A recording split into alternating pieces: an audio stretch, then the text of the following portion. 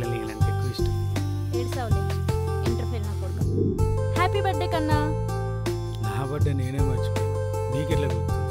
నువ్వు మర్చిపోయినా నీ ఫ్యూచర్ వైఫ్ మర్చిపోతురా. టెంపుల్లోనే ఉన్నా కదా, బాగా పెళ్లి చేసుకున్నాం. హే, నువ్వు షుగర్ పేషెంట్వా?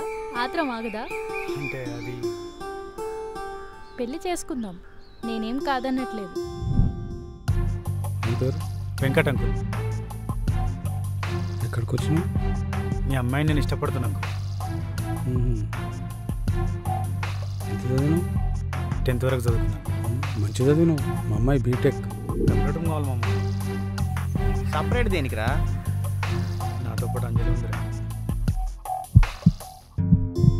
రూమ్ రెంట్కి ఒక 5,000, నెలకి ఉప్పులకి పప్పులకి సామాన్లకి ఇంకొక 5,000, మన సినిమాలకి షాపింగ్లకి షికార్లకి ఇంకొక 10,000, ఇలా 20,000 అయినా ఇంకా 10,000 మిగులుతాయి.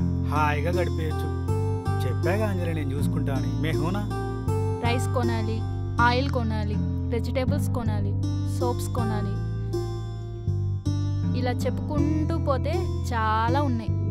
ఏమైంది చెప్పు. ఇంకా నాతో నైతులేదు అంజలి. ఒక్కసారి అంజలి. నో ప్లీజ్ వద్దు. Anjali. No please Venkat, Anjali. No please Anjali. Leave.